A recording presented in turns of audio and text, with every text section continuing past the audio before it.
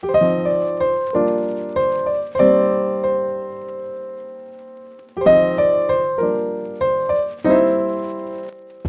I'm Doye Agama.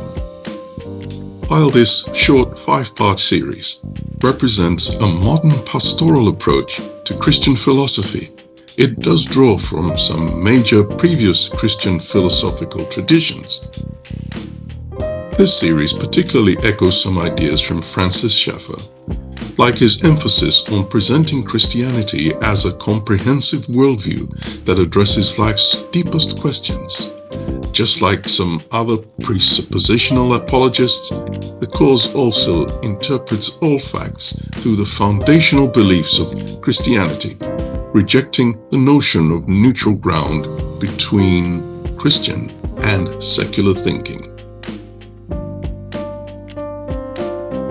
Historically, there were thinkers like Saint Origen of Alexandria and Saint Augustine of Hippo, who believed that science and faith could be harmonized. Others, like Tertullian, disagreed. What do you think? Stay with us in this course for some ideas about Christian philosophy. However, this approach is distinctly experiential rather than purely argumentative. This course emphasizes personal transformation over intellectual debate.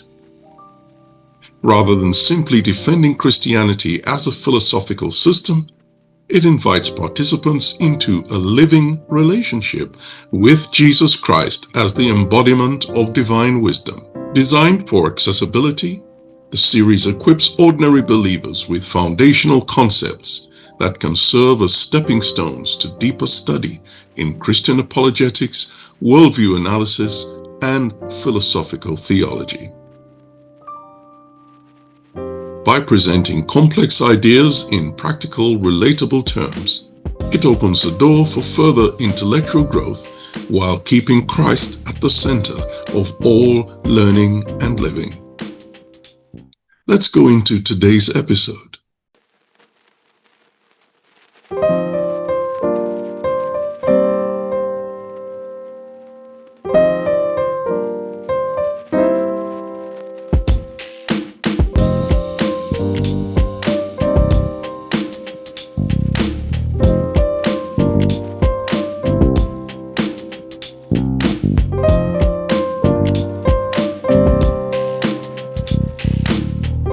Hello and welcome to this series that gives you an introduction to Christian philosophy.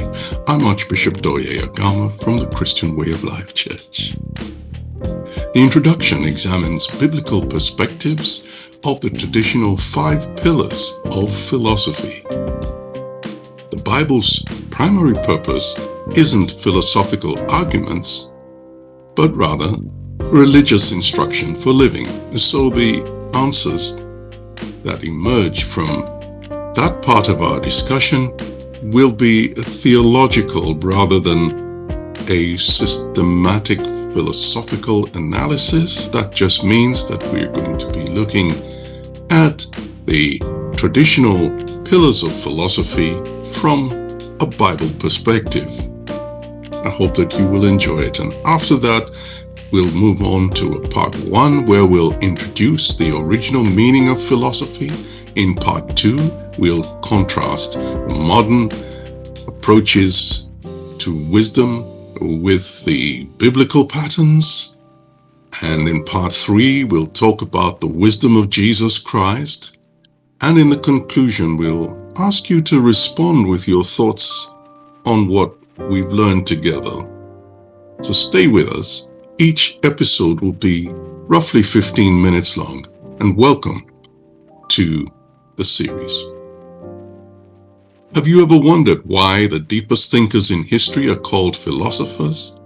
The word itself holds a beautiful secret that speaks directly to our hearts today.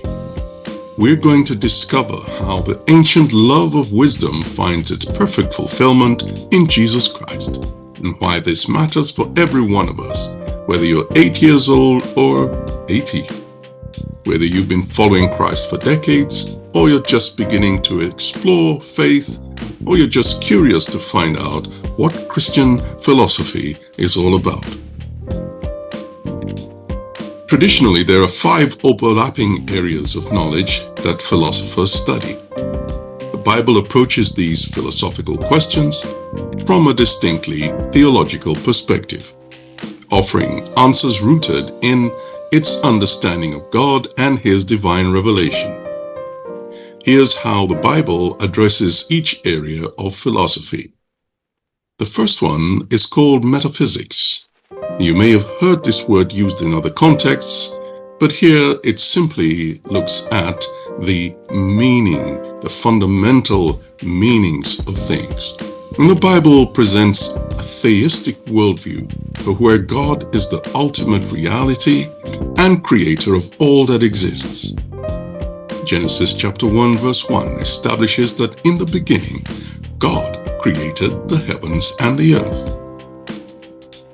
Reality is fundamentally dependent on God, who exists outside of creation yet sustains it.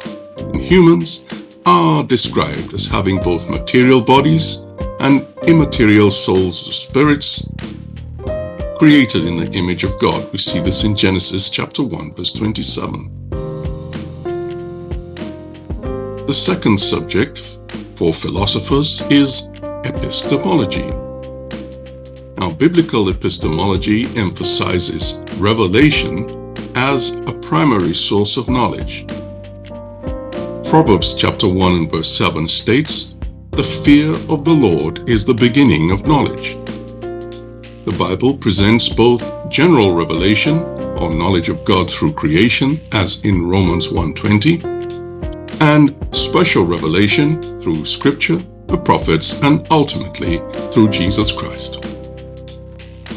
It acknowledges human reason, but sees it as fallen and limited, requiring divine illumination for ultimate truth. The next subject of philosophers is logic. While not systematically addressing formal logic, the Bible demonstrates logical reasoning throughout. Jesus often used logical arguments, like arguing from lesser to greater. You can take a look at Matthew chapter 6 and verse 26. The principle of non-contradiction is assumed. God cannot lie, Titus chapter 1 and verse 2. And truth is consistent in the nature of God. However, Bible also acknowledges mysteries that are beyond human comprehension. For example, in Isaiah chapter 55, verses 8 to 9. Another subject for philosophers is ethics. Biblical ethics are grounded in God's character and commands. The 10 Commandments provide foundational moral principles, while Jesus summarized ethics in loving God and neighbor. Matthew 22, 37 to 39.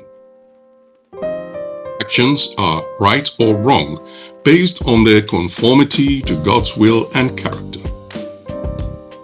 The Bible presents both the ontological elements, that is, divine commands, and consequentialist aspects, eternal rewards and punishments.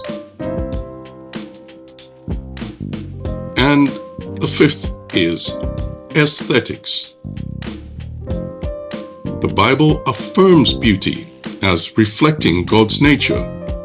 Creation is repeatedly called good, and humanity is made in God's image. The elaborate instructions for the tabernacle and temple suggest God values beauty and craftsmanship. Psalm 96 and verse 6 speaks of the splendor and majesty being before God.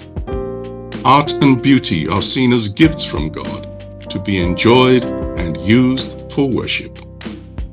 It's worth noting that the Bible's primary purpose isn't philosophical argumentation, but religious instruction. So these answers emerge from the theological narrative rather than systematic philosophical analysis.